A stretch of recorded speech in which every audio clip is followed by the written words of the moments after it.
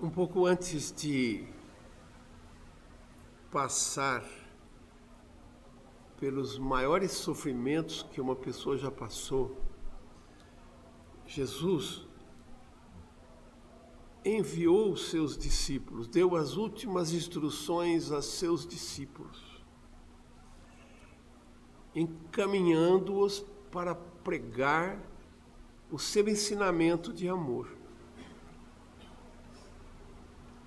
Uma parte deste ensinamento é colocada por Kardec no início deste capítulo que nós estamos estudando do Evangelho segundo o Espiritismo, capítulo 26.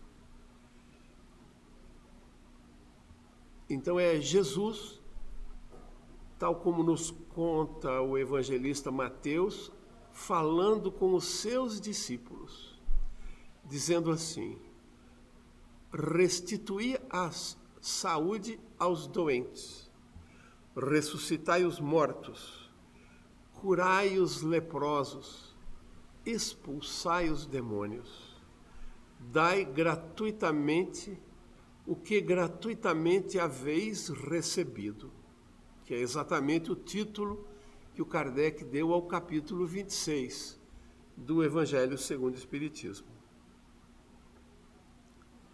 Vamos analisar um pouco esse texto e eu peço licença para repetir, para a gente guardar na memória.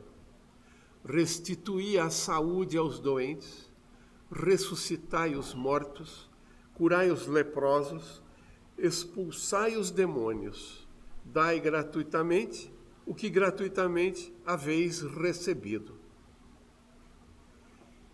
O que Jesus quer dizer com essa expressão ressuscitai os mortos? Restituir a saúde, nós compreendemos, mas ressuscitar os mortos é uma coisa um pouco mais difícil de a gente compreender.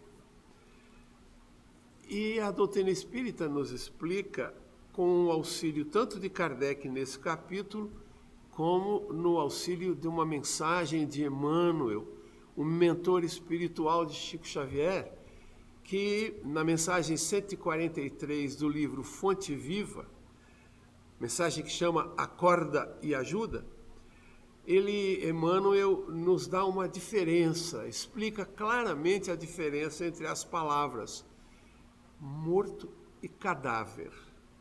Ele diz assim: um cadáver é carne sem vida, enquanto que um morto é alguém que se recusa a evoluir espiritualmente. Com isso, diz o Emmanuel, muitos de nós aqui encarnados podemos ser considerados mortos do ponto de vista espiritual, quando a gente se recusa a evoluir. A doutrina espírita nos ensina um dos principais pontos da sua teoria é a lei do progresso, que diz que os nossos espíritos são criados simples, ignorantes, quase ao mesmo nível dos animais superiores, mas que no instante da criação do nosso espírito, ele recebe dos mensageiros divinos capacidades na área da inteligência e na área do amor, cabeça e coração, muito maiores do que aquelas que os animais têm. Só que no instante em que o espírito é criado, ele não tem ainda realizada toda essa capacidade. Ele tem possibilidade, capacidade de evoluir muito na área do sentimento para o amor, na área da razão, do pensamento para uma inteligência, um conhecimento cada vez maior. Então, a lei do progresso diz que quando o nosso espírito é criado, recebe essas possibilidades e recebe a tarefa de evoluir, utilizando as experiências da sua vida. tanto aqui no plano encarnado, como no plano desencarnado. Como? Para onde evoluir? Vamos evoluir usando essas experiências das nossas vidas até chegarmos aos níveis angélicos. Em termos de conversa de jovem de hoje, essa evolução é mais ou menos assim, de bicho para anjo. Só que evoluir de bicho para anjo é muita coisa, exige muita evolução, muito progresso. Então nós precisamos de muito tempo para isso, usando as experiências de todo dia. A cada dia nós melhoramos um pouquinho, mas o progresso é lento. Como a nossa vida no corpo não é muito comprida, então a gente precisa de várias vidas, várias encarnações, como ensina a doutrina espírita. Então, enquanto nós estamos aqui encarnados, nós temos que aproveitar o tempo para nos engajarmos nessa atividade de aperfeiçoamento. Aperfeiçoamento da inteligência, aperfeiçoamento do coração. Estudo, raciocínio, prática do amor. Ajuda, fazer aos outros só o que nós queremos receber. Nunca fazer aos outros o que não queremos receber. Então, isso vamos fazendo ao longo do tempo.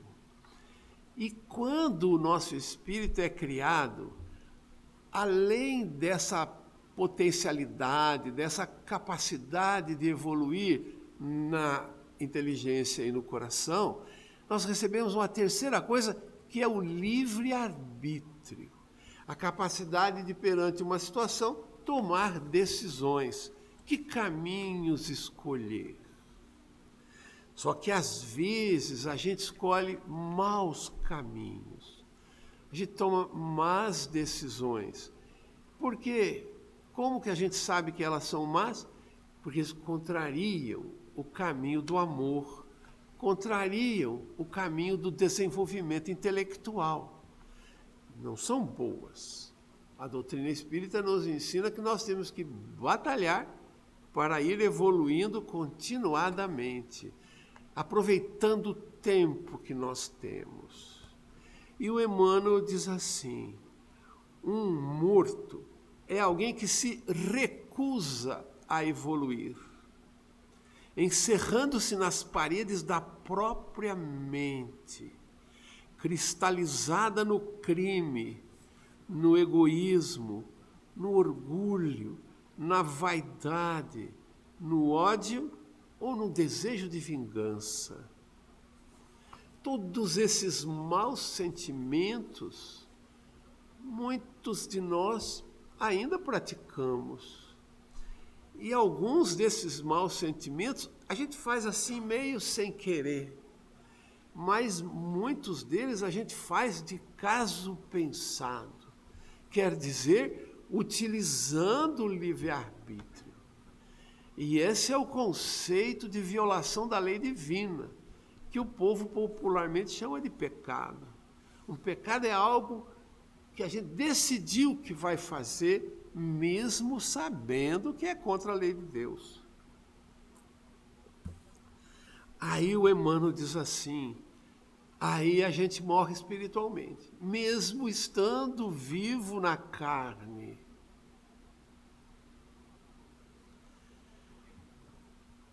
Mente cristalizada.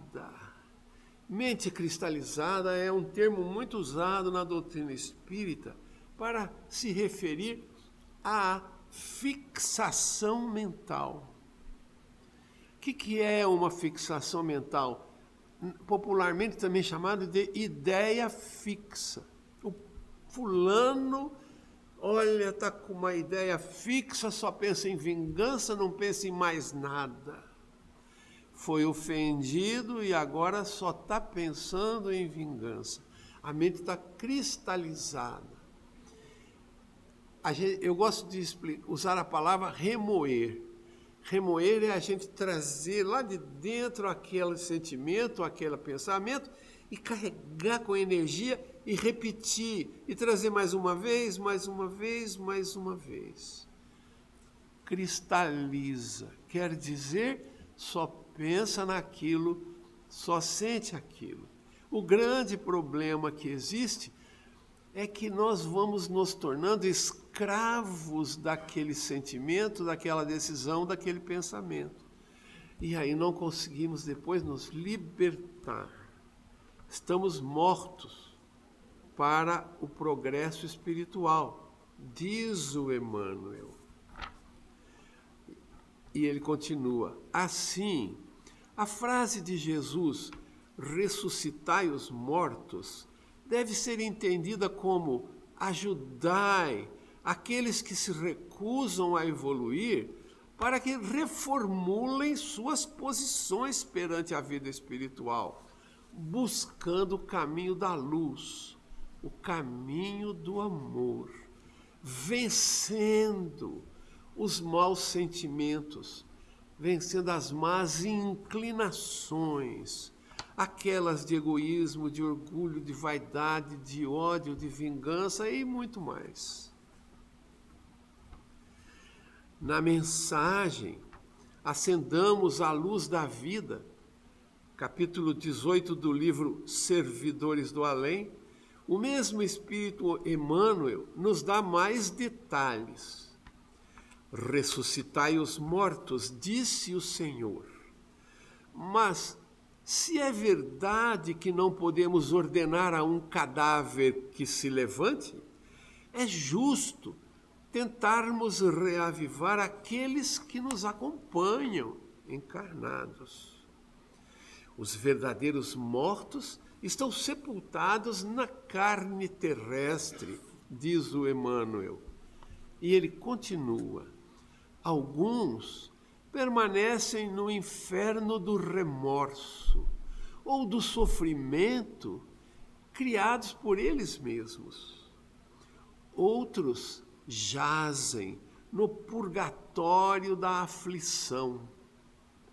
Ainda outros repousam inadvertidamente em supostos céus de adoração religiosa, que em muitos casos são simples faixas de ociosidade mental. Se Cristo penetrou o templo de nossa alma, auxiliemo-nos na necessária ressurreição.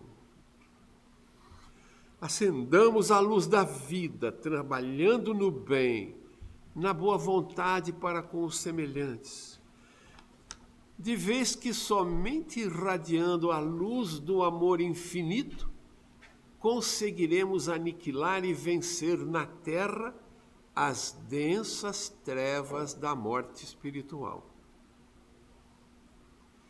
Então ele detalha nessa outra mensagem, que é no livro Servidores do Além, ele detalha algumas coisas que nos levam a essa cristalização mental, a essa fixação mental. Remorso, sofrimento, aflições, supostos céus de adoração religiosa que representam ociosidade. Às vezes, as pessoas, nossos irmãos e também nós, às vezes, nos distraímos com a religião. Assim, eu vou tomar passe uma vez por semana na comunhão, resolvi todos os meus problemas espirituais. Eu cumpro com as minhas obrigações para com a religião tal e qual e, portanto, estou tranquilo perante a justiça divina. Eu posso lhes assegurar que, em linguagem de jovem, isso é papo furado. Nós precisamos, por causa dessa lei do progresso, nós precisamos estar continuamente trabalhando na nossa melhoria como seres humanos. Como? Melhorando a nossa capacidade de amar o próximo, nunca fazendo ninguém sofrer, refreando os nossos impulsos que às vezes nos levam a fazer alguém sofrer, e de outro lado, atuando positivamente, fazendo aos outros o que a gente gosta de receber, fazendo felizes as outras pessoas. Quem que não gosta de receber uma ação que lhe traz alegria, que lhe traz felicidade, que lhe traz paz? E diz a lei do amor, pregada pelo Cristo como o maior mandamento, faça o mesmo para as outras pessoas. Faça os outros felizes, nunca faça ninguém feliz. É um resumo dessa história. Aí ele diz assim: vamos acender a luz da vida, trabalhando no bem, na boa vontade para com os semelhantes. Pois só irradiando a luz do amor conseguiremos vencer as trevas da morte espiritual. É o amor que passa isso para frente, que nos leva para frente. Uma outra pergunta: como interpretar a expressão de Jesus, expulsai os demônios, à luz da doutrina espírita? Lembra o que foi o versículo de Mateus que nós lemos?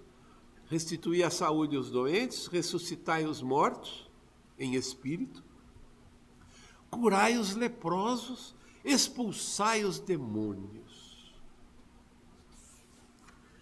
Como interpretar a expressão expulsai os demônios? Desde a Idade Média, as religiões vêm praticando rituais de expulsão de demônios. Muita gente conhece esse ritual pelo nome de exorcismo. Espíritos, esses demônios são espíritos que atormentam as pessoas. Eles existem? Sim, são espíritos iguais aos nossos, que ainda estão muito renitentes em praticar o mal. Muitas vezes por vingança. Quando numa encarnação a gente apronta, faz alguém sofrer muito, e esse alguém não nos perdoa. Jesus recomendou perdoar sempre, mas às vezes, pelo livre-arbítrio, a pessoa fica muito magoada e quer dar o troco. Existem aquelas expressões, bateu, levou, olho por olho, dente por dente. E isso é um problema muito sério para o espírito, porque recebe uma ofensa, devolve a ofensa pela vingança. Aí o outro vai, ofende de novo. Aí o outro vai, se vinga outra vez. E cada vez vai aumentando a intensidade. Isso às vezes chega às raias de crimes muito fortes e que resultam em enormes sofrimentos para o espírito. Portanto, o nosso caminho para a felicidade é nunca fazer isso. Mas tem muitos irmãos que ficam muito ainda irritados, odeiam aqueles que os ofendem e toda hora que podem buscam vingança. Isso ocorre tanto entre dois encarnados, como muitas vezes ocorre com muita força entre um desencarnado que entendeu e que está aqui no corpo, e entre um encarnado que está aqui no corpo e um desencarnado que o encarnado não enxerga. Ele corre para se vingar, sugerindo coisas horríveis, sabendo que o outro vai atender e vai sofrer. Em geral, sugerindo aquilo em que a gente é mais fraco perante as leis divinas. Então, esses demônios são espíritos humanos pouco evoluídos, que chegam às vezes a praticar muito mal. Contudo, como nós, eles são espíritos perfectíveis, aperfeiçoáveis. A lei do progresso serve para todos. E estamos, querendo ou não, nos aperfeiçoando a cada momento. Então, às vezes, se a gente está num nível muito baixo, vai levar muito tempo para chegar numa situação razoável. Enquanto estivermos num nível muito baixo, vamos sofrer bastante. Os espíritos obsessores, esses que querem prejudicar, eles podem ser demovidos, eles podem desistir dos seus desejos pela força do bom exemplo, da oração, do amor. Então, se às vezes a gente se acha perseguido espiritualmente, a primeira coisa que nós temos que fazer é praticar o bem. Porque nós vamos dar bom exemplo para aquele que está pertinho de nós a nos perseguir. E isso é muito interessante, porque nos trabalhos mediúnicos, a gente fica sempre surpreendido ao perceber um perseguidor falando pela boca de um médium em relação ao seu perseguido, dizendo assim: agora ele está querendo dar uma de santinho. Por quê? Porque o perseguido, o obsidiado, atendeu às recomendações do centro espírita e está tentando praticar o bem. Aí o perseguidor nota, às vezes um pouco desenchavido, e diz assim: agora está querendo dar uma de santinho. Porque ele já fez, aí começa a dizer, ou pelo menos tenta dizer, aquelas maldades que o perseguido, obsidiado, já fez. Aí o médium segura, porque a gente está ali apenas para promover a aproximação entre aquele que quer se vingar e aquele que está sendo objeto da vingança, mas já provocou a vingança. Nas obsessões, é preciso libertar o obsidiado de um inimigo invisível, não por meio de rituais que não funcionam, mas pela força do amor. A única coisa que vence o ódio é o amor. Não adianta nenhum tipo de ritual, nenhum tipo de gesto mecânico. O que liberta é o amor.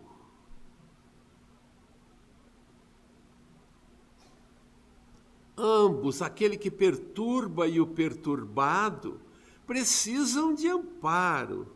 E por isso o objetivo da desobsessão espírita é atender os dois com muito amor, para que se reconciliem e voltem a ter uma convivência pacífica, como filhos de Deus que são. Os passes, o esclarecimento e os esforços do obsidiado para se modificar moralmente são recursos que Kardec recomenda para isso, sobretudo no livro O Evangelho segundo o Espiritismo, capítulo 28, itens 81 a 84. No item 84, Kardec ensina que a cura das obsessões graves requer muita paciência, muita perseverança, muita dedicação, a fim de encaminhar para o bem espíritos muitas vezes perversos, endurecidos e astuciosos. E às vezes aquele que está encarnado, sofrendo a perseguição, também não está fazendo nada de santidade. E às vezes fica com muito ódio por estar recebendo aquela perseguição. Então, é chumbo trocado.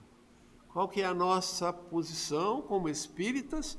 Recomendar a quem é perseguido para parar com isso, parar de ter ódio. Ao contrário, praticar o bem, dá bom exemplo. E aquele que é o espírito perseguidor, que pare com isso. Jesus mandou perdoar, Jesus mandou amar, nunca odiar, nunca fazer sofrer. Importante ressaltar a completa ineficácia dos rituais, fórmulas, palavras sacramentais, amuletos, talismãs, práticas exteriores ou qualquer outro sinal material. Quando eu cheguei nesta casa, uma pessoa muito simpática e muito amiga disse assim: você pega uma flor branca, coloca embaixo do travesseiro, que vai passar a sua perseguição espiritual. Eu tinha uma perseguição espiritual. E, muito novinho, acabei achando que aquilo dava muito resultado. E manchei toda a fronha do travesseiro e arranjei mais uma inimiga, a senhora que lavava a roupa lá em casa. Porque se você não amar, se você não orar, se você não pedir perdão, você pode encomendar todo o estoque da floricultura e coitado da sua empregada. Mas você também está coitado, porque não vai resolver o seu problema.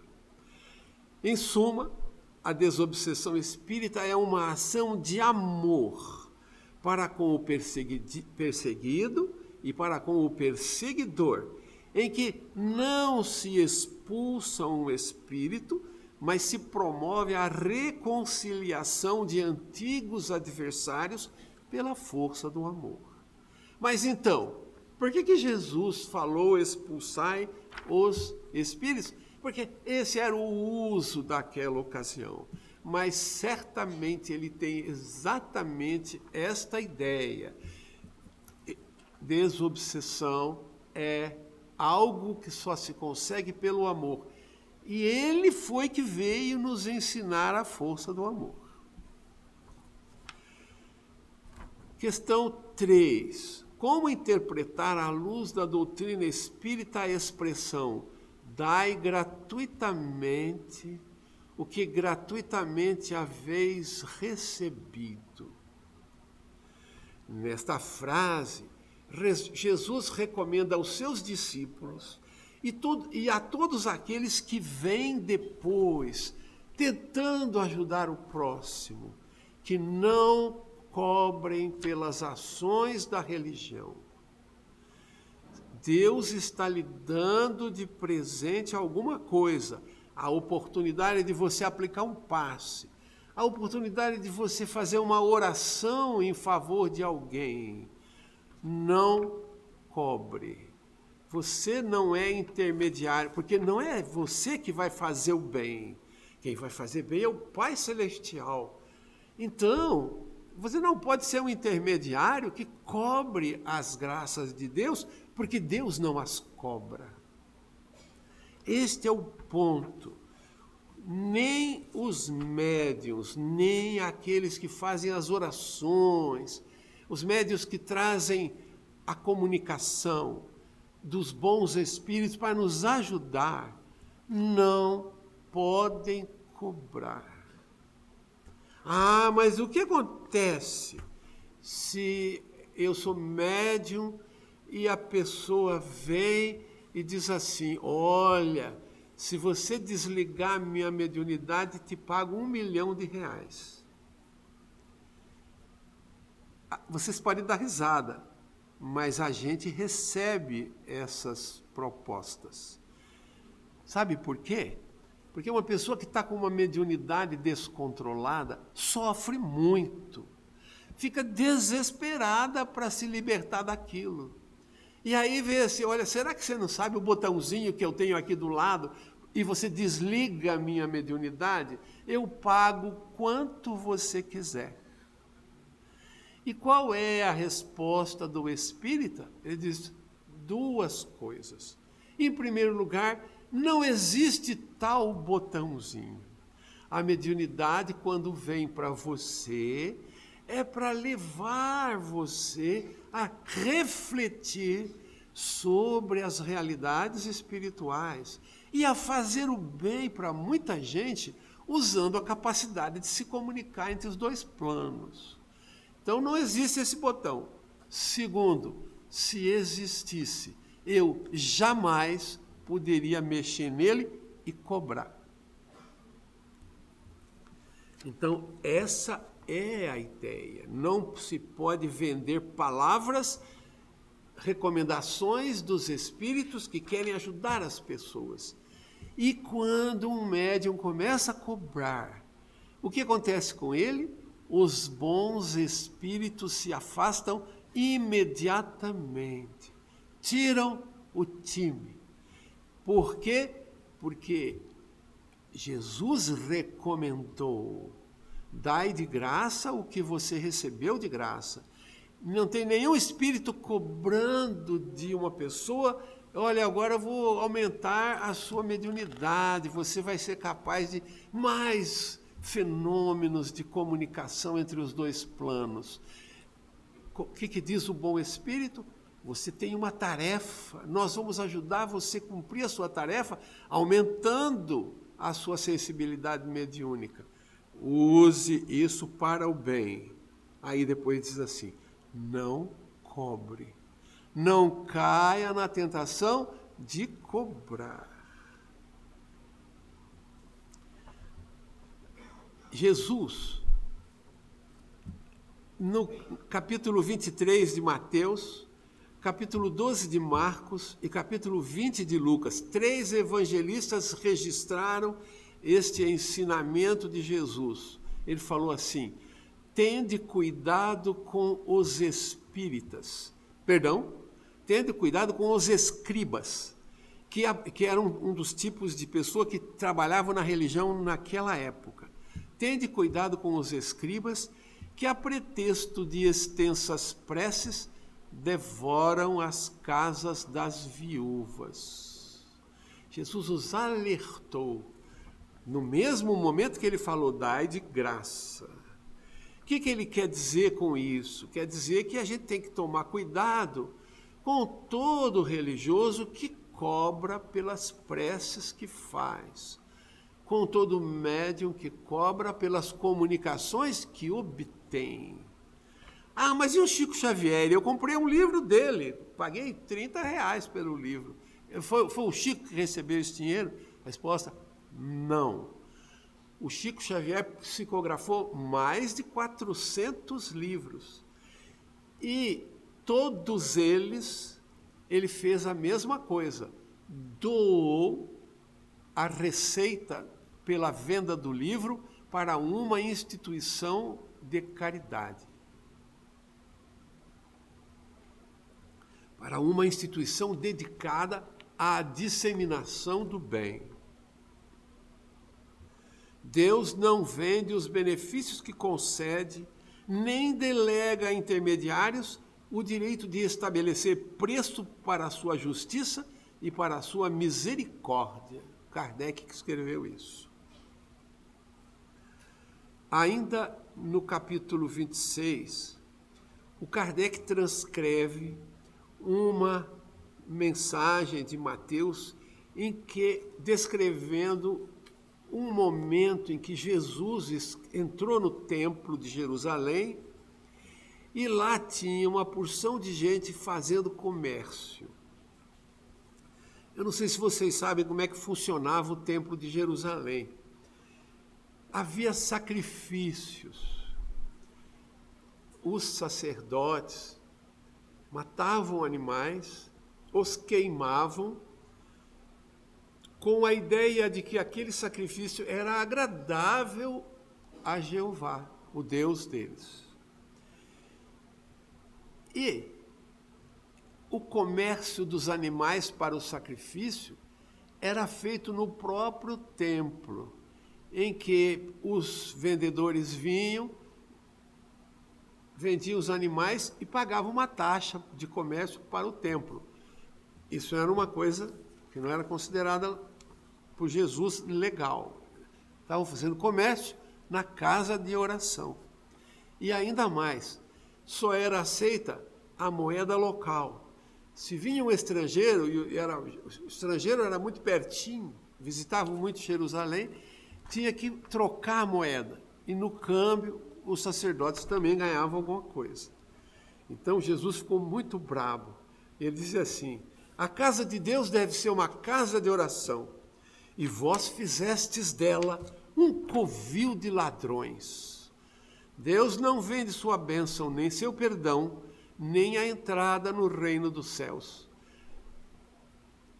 Então, Jesus ficou muito bravo quando falou isso.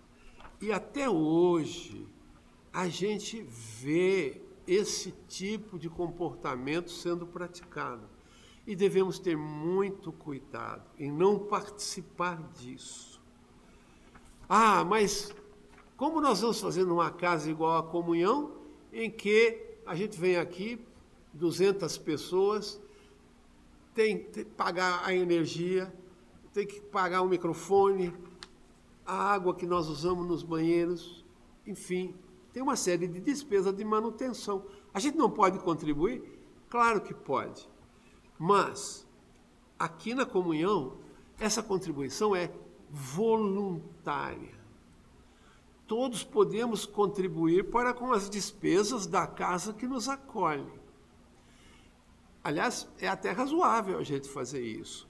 Mas a casa espírita não obriga a ninguém. Não tem ninguém ali na frente dizendo assim: para entrar nesse salão custa R$10. Para tomar um passe custa R$20. Vocês não vão encontrar uma casa espírita fazendo isso. Porque todo mundo segue o capítulo 26 do Evangelho segundo o Espiritismo e dá de graça o que recebeu de graça. Se encontrarem uma casa que está cobrando, é melhor afastar-se dela. Por quê? Porque os bons espíritos já caíram fora.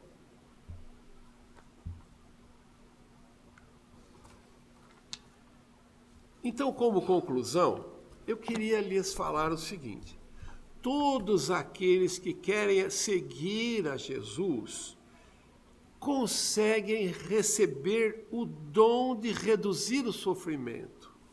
Como Jesus falou no começo, restituir a saúde aos doentes, ressuscitai os mortos, quer dizer, ajudai os mortos em espírito a voltarem para a luz. Todos aqueles que querem seguir a Jesus recebem o dom de reduzir o sofrimento causado por enfermidades físicas e espirituais. Contudo, Jesus enfatiza que aquele que ajuda seus irmãos em nome de Deus deve fazer isso de forma totalmente desprendida, sem cobrar pelo auxílio que presta. O capítulo 26 ressalta ainda a posição firme de Jesus na condenação dos que se dedicam ao comércio das coisas sagradas e conclui com especial recomendação para que a mediunidade seja exercida gratuitamente. Então, essas, meus irmãos, minhas irmãs, são as nossas considerações em relação ao capítulo 26. Dai gratuitamente o que de graça recebestes.